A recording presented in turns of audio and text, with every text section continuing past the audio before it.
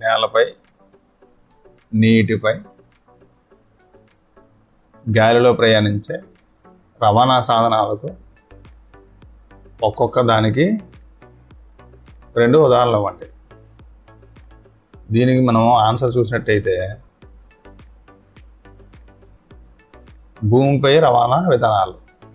భూమిపై రవాణా విధానాలు ఏంటంటే రైల్వేలు, బస్సు, ట్రక్.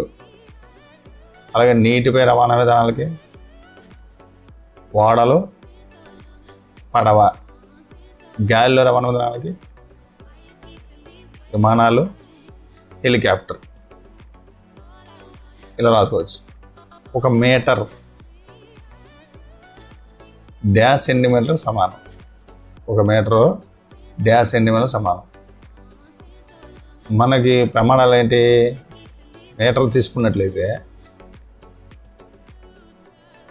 10 మిల్లీమీటర్లు 1 సెంటీమీటర్, 10 సెంటీమీటర్లు 1 డెసిమీటర్, 10 డెసిమీటర్లు 1 మీటర్, 10 మీటర్లు 1 డెకామీటర్, 10 డెకామీటర్లు 1 హెక్టామీటర్, 10 హెక్టామీటర్లు 1 కిలోమీటర్. ఇక్కడ ఏమడిగాడు? 1 మీటర్కి ఎన్ని సెంటీమీటర్లు అంటే 10 × 10 100 సెంటీమీటర్లు వస్తుంది.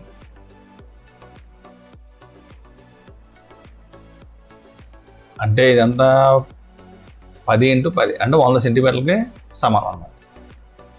ఇక్కడ ఏంటి ఇచ్చాడు? 5 కిలోమీటర్లు ఎన్ని మీటర్లు సమానం? 5 కిలోమీటర్లు ఎన్ని మీటర్లు సమానం? 1 కిలోమీటర్కి ఎన్ని మీటర్లు వస్తాయి? 10 × 10 × 10 1000. 1 కిలోమీటర్కి ఎన్ని వస్తాయి? 1000 మీటర్. 5 కిలోమీటర్లకి 5000. 5 కిలోమీటర్లకి 5000 మీటర్స్ వస్తాయి. తర్వాత పిల్లలు ఊగే ఊయల డాష్ చలనం. పిల్లలు ఊగే ఊయల డాష్ చలనం. ఏ చలనం ఇది? ఆవర్తన చలనం. ఆవర్తన చలనం. కుట్టిబెసిన సూది యొక్క కదలిక డాష్ చలనం. కుట్టిబెసిన సూది యొక్క కదలిక డాష్ చలనం. ఇదేంటి? ఆవర్తన చలనం. ఇది కూడా ఆవర్తన చలనం, డోలన చలనం అన్న ఒకటే. తర్వాత సైకిల్ చక్రం కదలిక. సైకిల్ చక్రం కదలిక. సైకిల్ చక్రం యొక్క కదలిక డాష్ చలనం. సైకిల్ చక్రం యొక్క కదలిక డాష్ చలనం అంటే వృత్తాకార కదలిక లేదంటే వృత్తాకార చలనం. ఇప్పుడు ఏంటంటే పాదం కొలతను పొడవు ఖచ్చితమైన ప్రమాణంగా ఎందుకు ఉపయోగించకూడదు? ఇది ప్రశ్న. ఎందుకంటే ఇది మారిపోతూ ఉంటుంది. పాదం కొలతను పొడవు ఖచ్చితంగా ఎందుకు తీసుకోలేమంటే అది మనిషి నుండి మనిషికి ఏమవుతుందంటే చేంజ్ అయిపోతూ ఉంటుంది. ఒక వ్యక్తి నుండి మరో వ్యక్తికి అది మార్పు చెందుతుంది. ఒకే కొలత అనేది ఉండదు. ఫుడ్ స్టెప్ని ప్రామాణిక యూనిట్గా తీసుకోలేము. కింది పొడవులను వాటి పరిమాణాల ఆధారంగా ఆరోహణ క్రమంలో అమర్చాలి. ఆరోహణ క్రమంలో అమర్చాలి. ఇక్కడ 1 మీటరు, 1 సెంటీమీటరు, 1 కిలోమీటరు, 1 మిల్లీమీటర్ ఇచ్చాడు. దీన్ని ఎలా మార్చాలి? 1 మీటర్ అంటే 100 సెంటీమీటర్లు, 1 సెంటీమీటర్ అంటే 10 మిల్లీమీటర్లు, 1 కిలోమీటర్ అంటే 1000 మీటర్లు, 1 మిల్లీమీటర్ అంటే అన్నిటికీ లీస్ట్ ప్రమాణం మిల్లీమీటరే. అంటే 0.1 సెంటీమీటర్ అని కూడా అనుకోవచ్చు. 1 మీటర్ ఈక్వల్ టు దీన్ని ఎలా మార్చగలం మనం? ఆరోహణ క్రమం అంటే తక్కువ నుండి ఎక్కువ. Millimetre less than centimetre less than metre less than kilometre. తర్వాత ఒక వ్యక్తి ఎత్తు 1.65 మీటర్. దీన్ని సెంటీమీటర్ మరియు మిల్లీమీటర్లు వ్యక్తపరచాలి. 1.65 మీటర్ దీన్ని సెంటీమీటర్లు లేదా మిల్లీమీటర్లు వ్యక్తపరచాలి. ఎలా? 1 మీటర్ ఈక్వల్ ఎంత? 100 సెంటీమీటర్. 1.65 మీటర్ అంటే 1.65 ఇంటూ 100 సెంటీమీటర్. 1.65 ఇంటూ 100 సెంటీమీటర్ అంటే 165 సెంటీమీటర్. 165 సెంటీమీటర్. అది మిల్లీమీటర్లు మార్చాలంటే సెంటీమీటర్కి ఎన్ని మిల్లీమీటర్లు వస్తాయి? 10. 1 సెంటీమీటర్లు 10 మిల్లీమీటర్. కాబట్టి 165 × 10 ఇప్పుడు ఎంత వస్తుంది? 1650 మిల్లీమీటర్ వస్తుంది. 1650 మిల్లీమీటర్. రాధ ఇంటికి మరియు ఆమె పాఠశాలకు మధ్య దూరం 3250 మీటర్లు. రాధ ఇంటికి మరియు పాఠశాల మధ్య దూరం అంతా 3250 మీటర్లు. ఈ దూరాన్ని కిలోమీటర్లో వ్యక్తపరచాలి. రాధ ఇంటికి మరియు ఆమె పాఠశాల మధ్య దూరం 3250 మీటర్లు. 3250 మీటర్లు. ఈ దూరాన్ని కిలోమీటర్లో వ్యక్తపరచాలి. 1 కిలోమీటర్ = 1000 మీటర్లు. 3250 మీటర్లు = 3250/1000 అంటే 3.25 కిలోమీటర్స్. అంటే రాధ ఇంటికి మరియు పాఠశాల మధ్య దూరం అంతా 3.25 కిలోమీటర్స్. రాధ ఇంటికి మరియు పాఠశాల మధ్య దూరం 3.25 కిలోమీటర్స్. తర్వాత ఒక అల్లిక సూది పొడవు కొలిచేటప్పుడు స్కేల్ యొక్క చివరి రీడింగు 3 సెంటీమీటర్, మరొక చివరి రీడింగు 33.1 సెంటీమీటర్. అయినా సూది పొడవు ఎంత? అల్లిక సూది పొడవు ఎంత? 2 రీడింగ్ల మధ్య వ్యత్యాసం ఎంత ఉంది? 2 రీడింగ్ల మధ్య వ్యత్యాసం ఎంత ఉంది? 33.1 - 3 ఈక్వల్ ఎంత వస్తుంది? 30.1 సెంటీమీటర్. 30.1 సెంటీమీటర్. తర్వాత సైకిల్ యొక్క చలనం మరియు స్విచ్ ఆన్ చేయబడిన సీలింగ్ ఫ్యాన్ చలనం మధ్య సారూప్యత మరియు తేడా రాయమన్నారు. ఏంటంటే సైకిల్ మరియు సీలింగ్ ఫ్యాన్ యొక్క కదలికలు ఎలా ఉంటాయి అంటే అందులో సారూప్యతలు ఏంటి, తేడాలు ఏంటి? సారూప్యత అంటే వాటి మధ్య సమానంగా ఉండేది. ఏమిటి సమానంగా ఉంటుందంటే సైకిల్ మరియు సీలింగ్ ఫ్యాన్ యొక్క కదలిక ఎలా ఉంటాయి? వృత్తాకార కదలికలు ఉంటాయి. ఎలా ఉంటాయి? వృత్తాకార కదలికలు ఉంటాయి. సారూప్యత ఏంటంటే సైకిల్ సీలింగ్ ఫ్యాన్ యొక్క కదలిక రెండూ కూడా వాటి ద్రవ్యరాశి కేంద్రం గుండా వెళ్తున్న అక్షం చుట్టూ భ్రమణచలనం చేస్తాయి. ద్రవ్యరాశి కేంద్రం గుండా వెళ్తున్న అక్షం చుట్టూ, ద్రవ్యరాశి కేంద్రం గుండా వెళ్తున్న అక్షం చుట్టూ భ్రమణచలనం చేస్తాయి. తేడా ఏంటంటే సైకిల్ మరియు సీలింగ్ ఫ్యాన్ యొక్క కదలిక మధ్య తేడాలు, సైకిల్ ముందుకు కదులుతున్నప్పుడు సరళ రేఖీయ చలనం ఉంటుంది.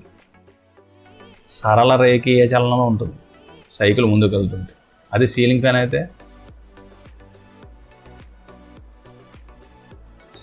అయితే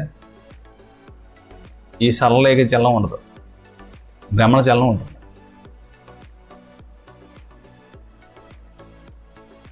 తర్వాత రబ్బర్ వంటి ఒక సాగే పదార్థంతో చేసిన కొలత టేపుని దూరం కొలవడానికి ఎందుకు ఉపయోగించకూడదు?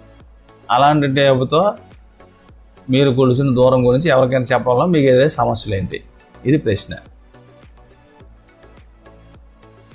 ఇప్పుడు ఒక సాగే కొలిచే టేపు 2 పాయింట్ల మధ్య దూరం తప్పు పొడవుని ఇస్తుంది.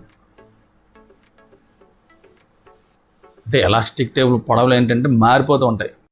అవి సాగదీసిన వాడే శక్తి పైన ఆధారపడి ఉంటాయి అన్నమాట. ఒకే వ్యక్తి మరియు ఒక ఎలాస్టిక్ టేప్ ద్వారా కొలిచినప్పుడు కొలతలు ప్రతిసారి మారిపోతూ ఉంటాయి. ఒక వ్యక్తి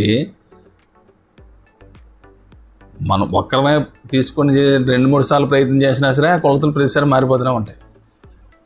వేరు వ్యక్తులు ఒకే దూరాన్ని కొలిస్తే కొలత కూడా మారిపోతుంది. అందుకనే సాగే టేపు కొలతలు మారిపోతుంటాయి కాబట్టి దాన్ని ఉపయోగించడం. తర్వాత డోలనావర్తన చలనానికి 2 ఉదాహరణలు. ఊయల మీద పిల్లవాడి కదలిక. ఊయలు ఊగుతున్నప్పుడు పిల్లవాడి కదలిక ఒకటి. రెండోది గడియారంలోని లోలకం కదలిక. ఇది కూడా ఆవర్తన చలనానికి ఉదాహరణ. తర్వాత ఇదేంటి లెసన్? అది కాంతి, నీడలు మరియు పరావర్తనాలు. దీని క్వశ్చన్ ఆన్సర్ చూద్దాం. కాంతి, నీడలు మరియు పరావర్తనాలు. అపారదర్శక వస్తువులను అర్థం చేసుకోవడం మనకు సహాయపడే వాక్యాన్ని రూపొందించిన దిగవబడిన అపారదర్శక వస్తువులను అర్థం చేసుకోవడంలో మనకు సహాయపడే వాక్యాన్ని రూపొందించడానికి ఇవ్వబడిన పెట్టెల క్రమబద్ధంలో అమర్చాలి. ఈ పెట్టెల క్రమబద్ధంలో అమర్చాలి. ఎలా అమరుస్తాం?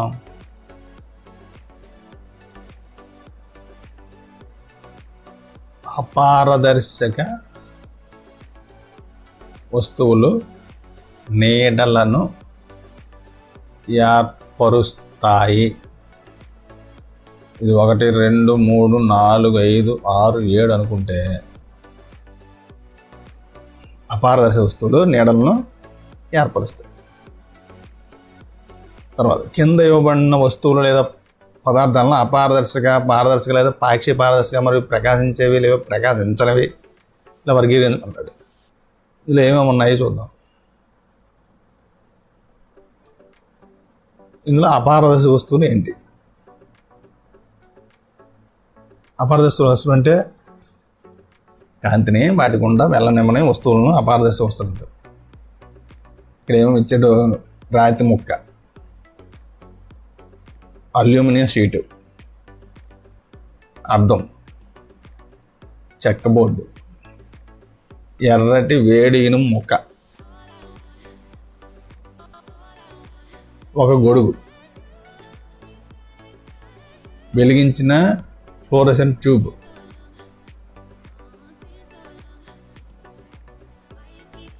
ఒక గోడ, carbon paper sheet, gas burner యొక్క జ్వాల, కార్డ్బోర్డ్ షీట్, తర్వాత వెలిగించిన టార్చ్, కిరోసిన్ స్టవ్, సూర్యుడు, మినుగురు పురుగు, చంద్రుడు, ఇవన్నీ కూడా అపారదర్శక వస్తువులు. పారదర్శక వస్తువులు ఏంటంటే కాంతిని పూర్తిగా తమ గుండా వెళ్ళడానికి అనుమతించే వస్తువులు. గాలి, నీరు పారదర్శక వస్తువులు. గాలి, నీరు ఇక్కడ పారదర్శక వస్తువులు. ఇక్కడ ప్రకాశించే వస్తువులు ఏంటి?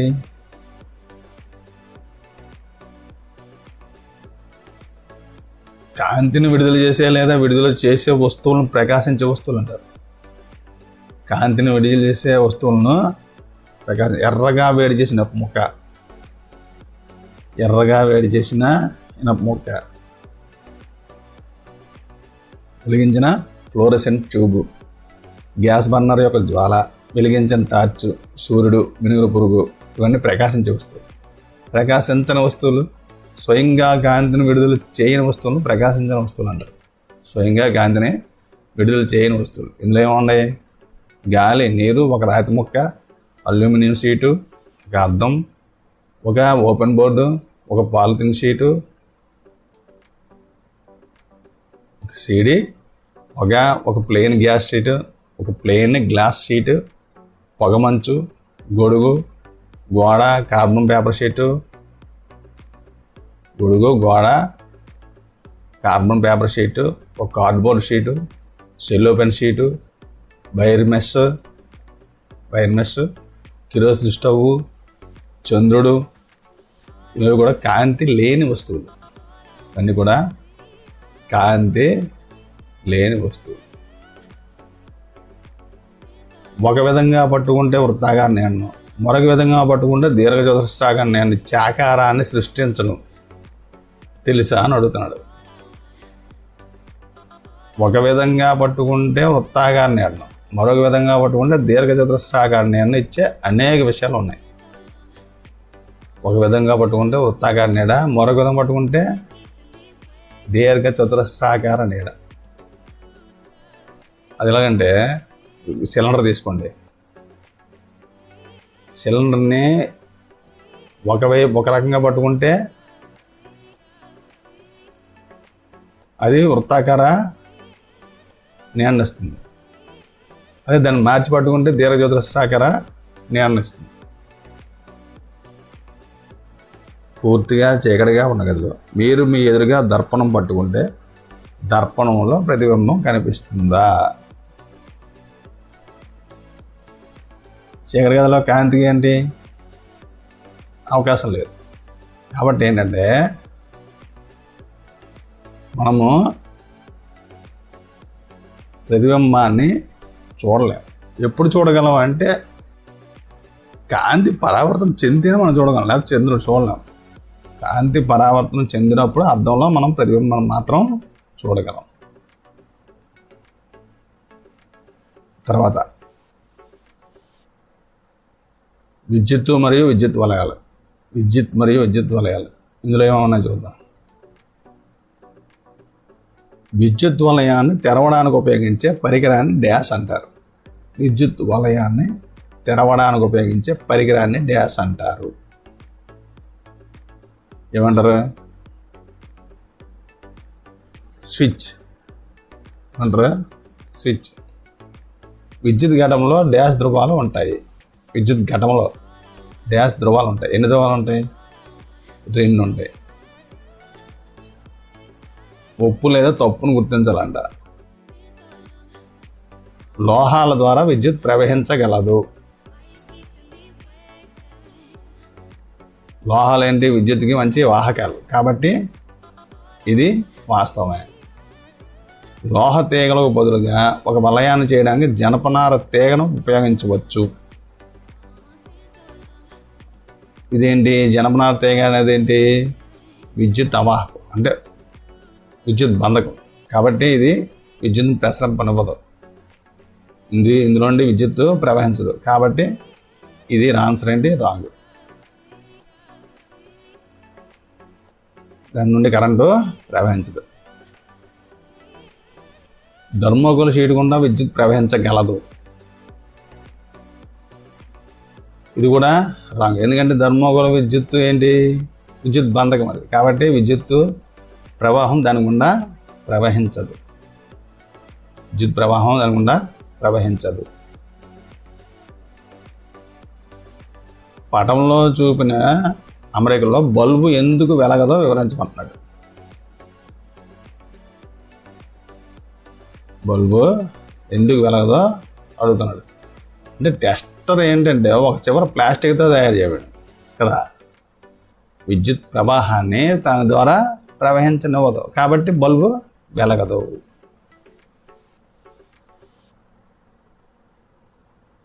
తర్వాత పటంలో చూపిన వలయం ముందు బల్బు ప్రకాశించేలా చేయడానికి 2 తీగలు ఒక చివరలను ఎక్కడ కలపాలో పటంలో చూపించమంటున్నాడు. అంటే ఇక్కడ ఏంటి? ఇచ్చిన సర్క్యూట్ని పూర్తి చేయడానికి సెల్ యొక్క ఫ్రీ టెర్మినల్ ఉంది కదా, ఆ టెర్మినల్కి స్విచ్ యొక్క ఒక చివరను మరియు బల్బ్ యొక్క బేస్ టెర్మినల్ ఉంది కదా, ఇక్కడ ఈ రెండింటినీ కలపాలి. దాన్ని స్విచ్ యొక్క 2వ చివర కలపాలి. ఇక్కడ విడిపోయిన దాన్ని ఇక్కడ కలపాలి, ఇక్కడ విడిపోయిన దాన్ని ఇక్కడ కలపాలి. తర్వాత విద్యుత్ స్విచ్ ఉపయోగించడం వల్ల ప్రయోజనం ఏంటి? స్విచ్లను కలిగి ఉన్న కొన్ని విద్యుత్ పరికరాల పేర్లు. సర్క్యూట్ని తెరవడానికి లేదా మూయడానికి, సర్క్యూట్ని తెరవడానికి లేదా మూయడానికి ఎలక్ట్రిక్ స్విచ్ ఉపయోగిస్తారు. దీనికి కారణం ఏంటి? ఎలక్ట్రికల్ గ్యాడ్జెట్స్ ప్రారంభమవుతాయి, లేదంటే ఆగిపోతాయి. టెలివిజను, టార్చ్, మైక్రోవేవ్ ఓవెన్, ఈ ఎలక్ట్రికల్ గ్యాడ్జెట్స్ అన్నీ కూడా స్విచ్ను ఉపయోగిస్తారు. టెలివిజను, టార్చ్, మైక్రోవేవ్ ఓవెన్, వీటన్నిటికీ. తర్వాత పటంలో చూపిన వలయంలో మనం సేఫ్టీ పిన్కు బదులుగా ఎరేజర్ను ఉపయోగించిన బల్బు వెలుగుతుందా?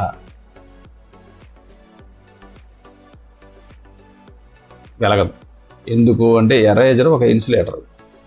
ఎరేజర్ అంటే ఇన్సులేటర్, కాబట్టి అది కరెంట్ని ప్రవహించనివ్వదు, అందువల్ల బల్బు వెలగదు.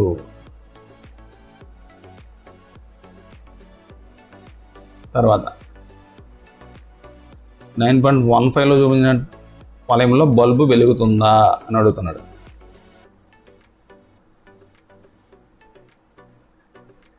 వెలగదు, ఎందుకంటే బల్బుకి ఏంటి? 2 టెర్మినల్ ఉన్నాయి. 2 వైర్లు బల్బు యొక్క ఒక టెర్మినల్కి కలిపి ఉంచారు, ఇక్కడ అనుసంధానించబడి ఉన్నాయన్నమాట. కాబట్టి ఏంటి? బల్బు నుండి కరెంట్ ప్రవహించదు. ఎందుకంటే అది ఒక టెర్మినల్కి పెట్టారు, 2 టెర్మినల్కి వైరు కనెక్ట్ చేయాలి, అప్పుడే అది వెలుగుతుంది. టెస్టర్ వలయం నందు ఒక పదార్థమును అనుసంధానించినట్లయితే బల్బు వెలుగుతున్నట్లు కనుగొనబడింది. అయితే ఆ వస్తువు వాహకమా బంధకమా?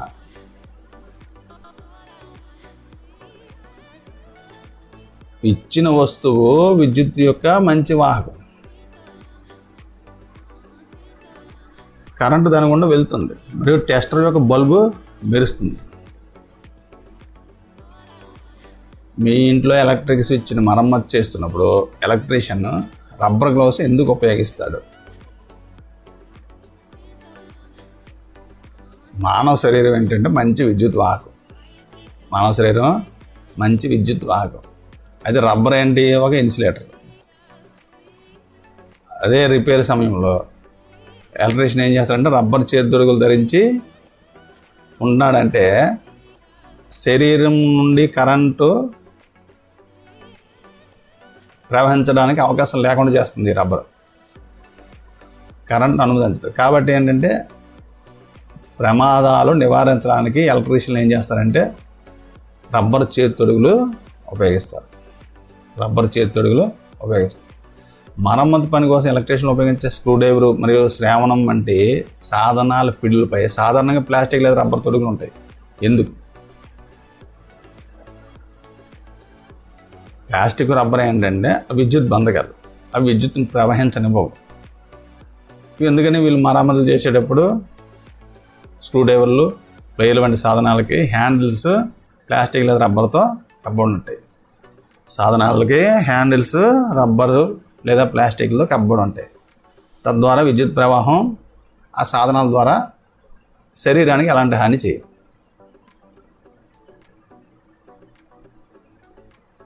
తర్వాత లెసన్ ఏంటి?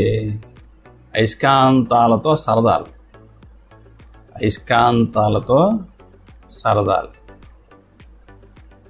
చూద్దాం. కృత్రిమ అయస్కాంతాలు డాష్ డాష్ మరియు డాష్ వంటి వివిధ ఆకృతులతో తయారు చేయబడ్డాయి.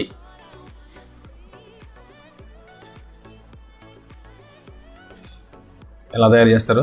బార్ అయస్కాంతాలు, గుర్రపు నాడ అయస్కాంతాలు, స్తూపాకార అయస్కాంతాలు. బార్ అయస్కాంతాలు, గుర్రపు నాడ అయస్కాంతాలు, స్తూపాకార అయస్కాంతాలు.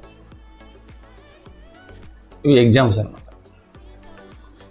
అయస్కాంతంచే ఆకర్షించబడే పదార్థాలను డాష్ అంటారు, అయస్కాంత పదార్థాలు అంటారు. తర్వాత కాగితం డాష్ పదార్థం కాదు. ఏ పదార్థం కాదు? అది అయస్కాంత పదార్థం కాదు, అయస్కాంత పదార్థం కాదు. గతంలో నావికులు డాష్ వేలాడదీయడం ద్వారా దిక్కులు కనుగొనేవారు. ఏం వేలాడదీయడం ద్వారా దిక్కులు కనుగొనేవారు? బార్ అయస్కాంతం. ఏంటిది? బార్ అయస్కాంతం. అయస్కాంతం ఎల్లప్పుడూ డాష్ ధ్రువాలను కలిగి ఉంటుంది, 2 ధ్రువాలను కలిగి ఉంటుంది. అయస్కాంతం ఎల్లప్పుడూ 2 ధ్రువాలను కలిగి ఉంటుంది. ఇందులో తప్పు ఒప్పు చూడాలని చూడండి. ఒక స్తూపాకార అయస్కాంతానికి ఒకే ఒక ధ్రువం ఉంటుంది. ఒక స్తూపాకార అయస్కాంతానికి ఒకే ఒక ధ్రువం ఉంటుంది. తప్పు. ఎందుకు? అయస్కాంతం ఎప్పుడు కూడా 2 ధ్రువాలను కలిగి ఉంటుంది. ఉత్తర ధ్రువం ఒకటి, దక్షిణ ధ్రువం ఒకటి. కాబట్టి ఇది రాంగ్. తర్వాత ఏంటి? కృత్రిమ అయస్కాంతాలు గ్రీసులో కనుగొనబడ్డాయి. తప్పు. ఎందుకు? సహజ అయస్కాంతాలు గ్రీసులో కనుగొనబడ్డాయి. సహజ అయస్కాంతాలు గ్రీసులో కనుగొనబడ్డాయి. తర్వాత దండ అయస్కాంతాన్ని ఇనుప్రజం దగ్గరికి తీసుకొచ్చినప్పుడు దాని మధ్య భాగంలో ఎక్కువ అతుక్కుంటుంది. తప్పు. ఎందుకంటే అయస్కాంత బలం అయస్కాంతం యొక్క చివర్లలో లేదా ధ్రువాల వద్ద గరిష్టంగా ఉంటుంది, తప్ప మధ్యలో ఉండదు. కాబట్టి 2 చివర్లు అతుక్కున్నదేమో, మధ్యలో అతుక్కోదు. అది. తర్వాత ఏంటి?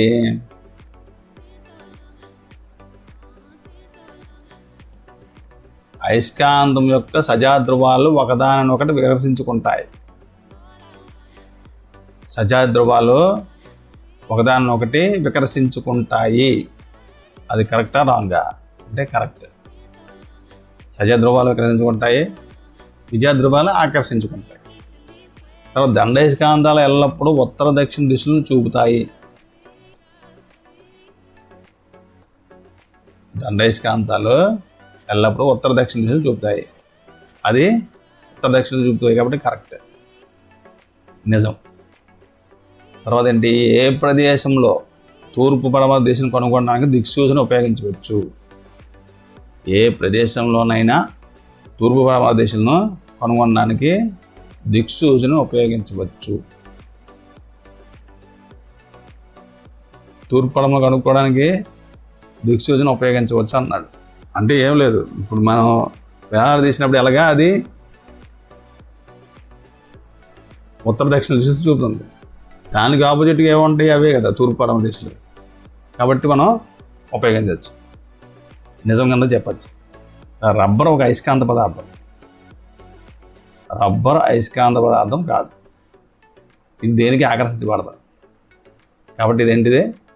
అయస్కాంత పదార్థం కాదు, కాబట్టి రాంగ్. తర్వాత పెన్సిల్ చెక్కే మర ప్లాస్టిక్తో తయారు చేయబడినప్పటికీ అయస్కాంతం యొక్క 2 ధ్రువాలచే ఆకర్షించబడుతుంది. పెన్సిల్ చెక్కే మర ప్లాస్టిక్తో తయారు చేసిబట్టినప్పటికీ అయస్కాంతం యొక్క 2 ధ్రువాలచే ఆకర్షించబడుతుంది. దానిలో కొంత భాగాన్ని తయారు చేయడం ఉపయోగించే పదార్థం పేర్కోవాలి. ఏ పదార్థం? షార్ప్నర్ బ్లేడ్లు తయారు చేయడానికి ఇనుమును ఉపయోగిస్తారు. దీనికి కారణంగా అదే అయస్కాంతం వైపు ఆకర్షించబడుతుంది. నిలువు వరుస ఒక అయస్కాంతం యొక్క ఒక ధ్రువాన్ని మరొక అయస్కాంతం వద్ద ఉంచబడిన 5 స్థానాలు చూపుతుంది. నిలువు వరుస 2 ప్రతి సందర్భంలోనూ వాటి మధ్య ఫలిచర్యని సూచిస్తుంది. ఇక్కడ ఏంటంటే నిలువు వరుస 1లో ఉత్తర అని ఇచ్చాడు. నిలువు వరుస 2 ఏమవుతుంది?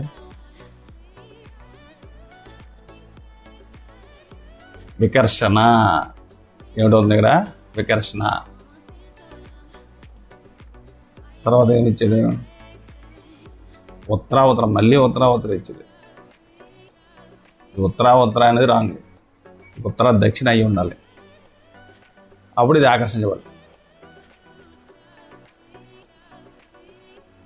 దక్షిణ అంటే ఇక్కడ ఉత్తర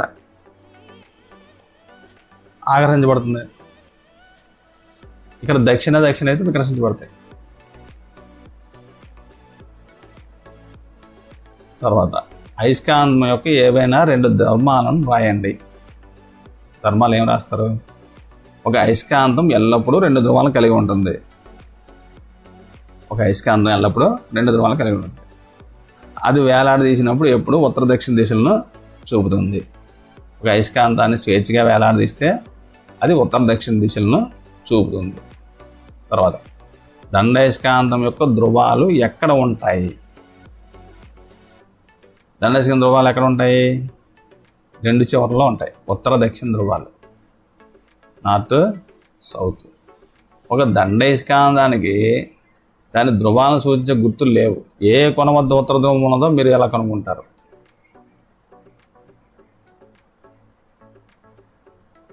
అయస్కాంతం తీసుకుని ఒక తాడుతో వేలాడదీసి దాన్ని ఏంటంటే క్షితిజ సమాంతర పద్ధతిలో వేలాడదీసాం అనుకోండి, అప్పుడు ఉత్తరం వైపు చూపే చివరను ఉత్తర ధ్రువంగా గుర్తించాలి.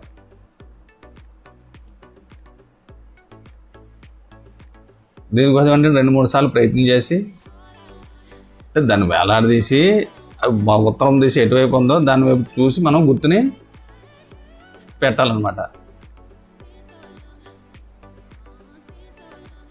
ఉత్తరం వైపు చూపించే దిశనే మనం ఉత్తరంగా తీసుకోవాలి. మీకు ఒక ఇనుప ముక్క ఇవ్వబడింది, మీరు దానిని అయస్కాంతంగా ఎలా మార్చగలరు? ఇనుప పట్టిని తీసుకొని దాన్ని చదునైన ఉపరితలంపై ఉంచాలి. ఫస్ట్ ఇనుప పట్టిని తీసుకుని దాన్ని ఒక చదునైన ఉపరితలంపై ఉంచండి. అప్పుడు దండయస్కాంతాన్ని తీసుకుని దాని స్తంభాలలో ఒకదాన్ని ఇనుప స్ట్రిప్ అంచు దగ్గర ఉంచాలి.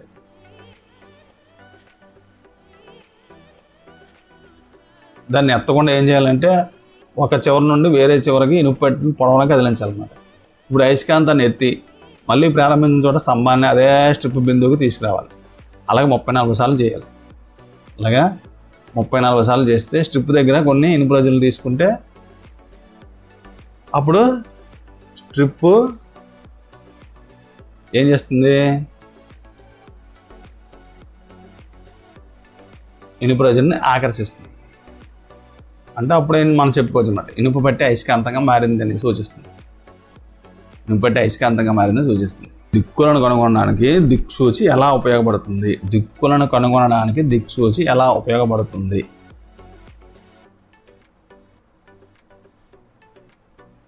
అంటే దిక్సూచికి ఏంటంటే స్వేచ్ఛగా తిప్పగల అయస్కాంత సూది ఉంటుంది. దిక్సూచికి స్వేచ్ఛగా తిప్పగల అయస్కాంత సూది ఉంటుంది. దిక్సూచిని ఏంటంటే ఒక ప్రదేశంలో ఉంచినప్పుడు అయస్కాంత సూది ఉత్తర దక్షిణ దిశల్లో,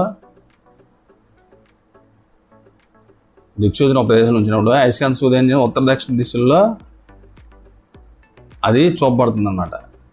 ఉత్తర దక్షిణ దిశల్లోని సమలేఖనం చేయబడుతుంది.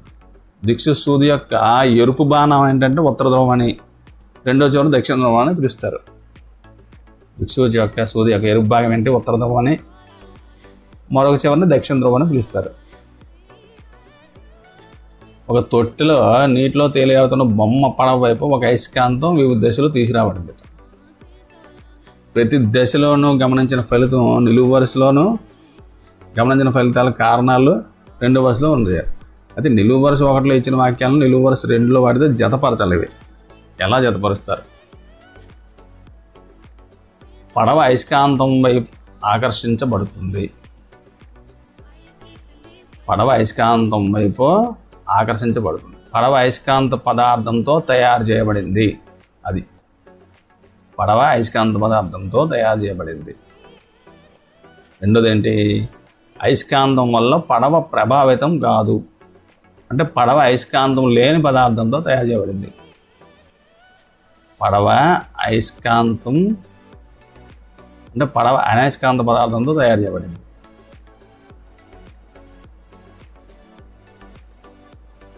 తర్వాత అయస్కాంతం యొక్క ఉత్తర ధ్రువాన్ని పడవ తల దగ్గరికి తీసుకొస్తే అది అయస్కాంతం వైపు వదులుతుంది.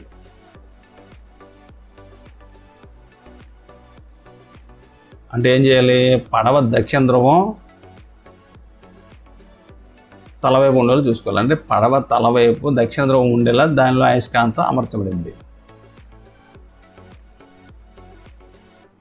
ఉత్తర ధ్రువాన్ని దాని తల దగ్గర తీసుకొచ్చినప్పుడు పడవ అయస్కాంతం దూరం కదిలింది. అంటే అక్కడ అర్థం ఏంటి, పడవ తల వైపు ఉత్తర ధ్రువం ఉంది. ఉత్తర ధ్రువాన్ని పడవ తల దగ్గర తీసుకొచ్చినప్పుడు అయస్కాంతం నుండి దూరం కదిలింది. అంటే పడవ తల వైపు ఉత్తర ధ్రువం ఉండేలా దానిలో ఒక అయస్కాంతం అమర్చబడింది. పడవ తన దిశను మార్చుకోకుండా తేలుతుంది. పడవ పొడవున ఒక చిన్న అయస్కాంతం స్థిరంగా ఉంటుంది. అంటే పడవ పొడవు వెంబడే ఒక చిన్న అయస్కాంతం అమర్చబడింది.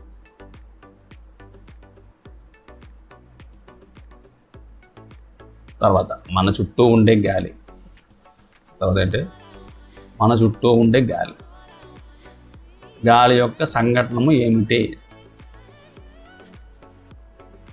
గాలి యొక్క సంఘటనము ఏమిటి?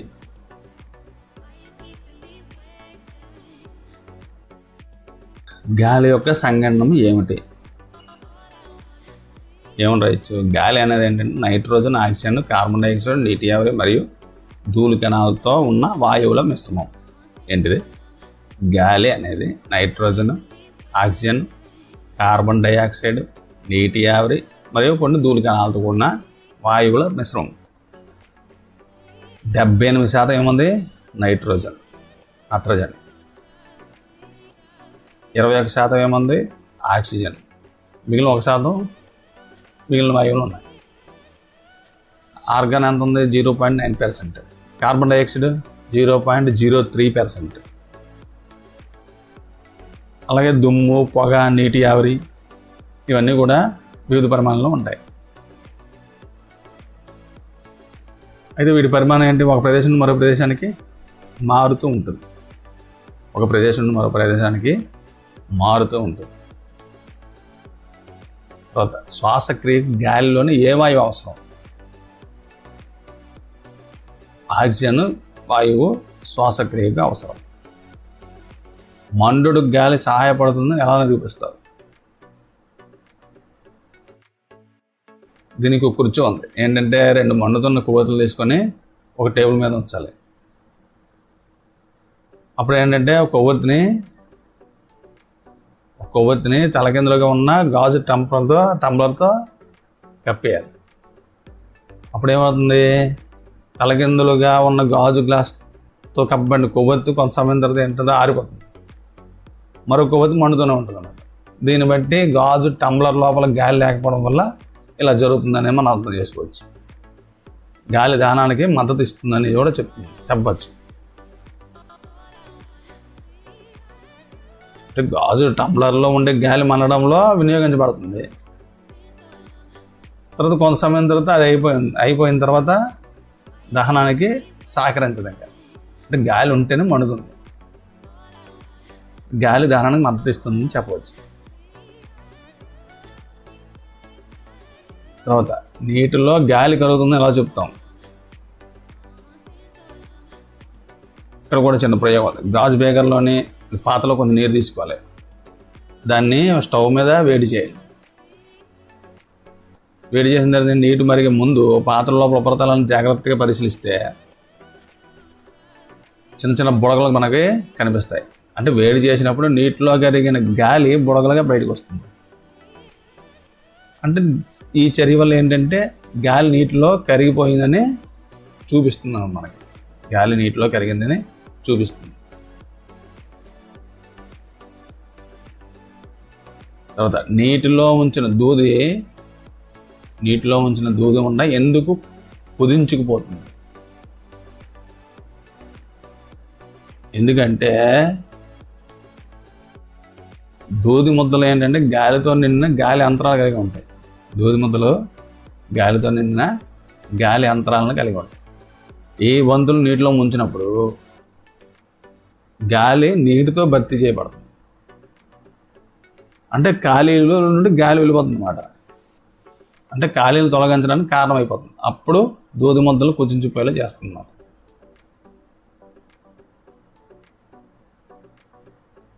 తర్వాత భూమి చుట్టూ ఆవరించి ఉన్న గాలి పొరను డాష్ అంటారు? వాతావరణం. భూమి చుట్టూ ఆవరించి ఉన్న గాలి పొరను ఏమంటారు? వాతావరణం. ఆకుపచ్చని మొక్కలు తమ ఆహారం తయారీలో ఉపయోగించే గాలిలోని అంశం ఏంటిది? ఆకుపచ్చని మొక్కలు తమ ఆహారాన్ని తయారు చేసుకోవడానికి కార్బన్ డైఆక్సైడ్. గాలి ఉనికి కారణంగా సాధ్యమై 5 కార్యకలాపాలు. గాలి ఉండడం వల్ల ఏంటంటే సాధ్యం అంటే నీటి చక్రం వాడికి కారణం. కిరణజన్య సంయోగక్రియ, గాలిమరల భ్రమణం, శ్వాసక్రియ, విత్తనాల వ్యాప్తి. వాతావరణంలో వాయువుల మార్పుల్లో మొక్కలు జంతువులు ఒకదానికొకటి ఎలా సహకరించుకుంటాయంటే మొక్కలు మరియు జంతువులు శ్వాసక్రియ సమయంలో గాలి నుండి ఆక్సిజన్ని ఉపయోగించుకుంటాయి. మరియు గాలిలో కార్బన్ డైఆక్సైడ్ వాయువును విడుదల చేస్తాయి. ఎప్పుడు? శ్వాసక్రియ సమయంలో. మొక్కలు జంతువులు శ్వాసక్రియ సమయంలో గాలి నుండి ఆక్సిజన్ ఉపయోగించుకుంటాయి మరియు గాలిలో కార్బన్ డైఆక్సైడ్ వాయువును విడుదల చేస్తాయి. కానీ ఆకుపచ్చని మొక్కలు కిరణజన్య సంయోగక్రియ సమయంలో కార్బన్ డైఆక్సైడ్ను ఉపయోగిస్తాయి, ఆక్సిజన్ విడుదల చేస్తాయి. కిరణజన్య సంయోగక్రియలో కార్బన్ డైఆక్సైడ్ ఉపయోగిస్తాయి, ఆక్సిజన్ వాయువును విడుదల చేస్తాయి. ఈ విధంగా ఒకదాన్ని ఒకటి సహకరించుకుంటాయి. ఈ విధంగా వాయువుల మార్పులను మొక్కలు జంతువులు ఒకదానికొకటి సహకరించుకుంటాయి.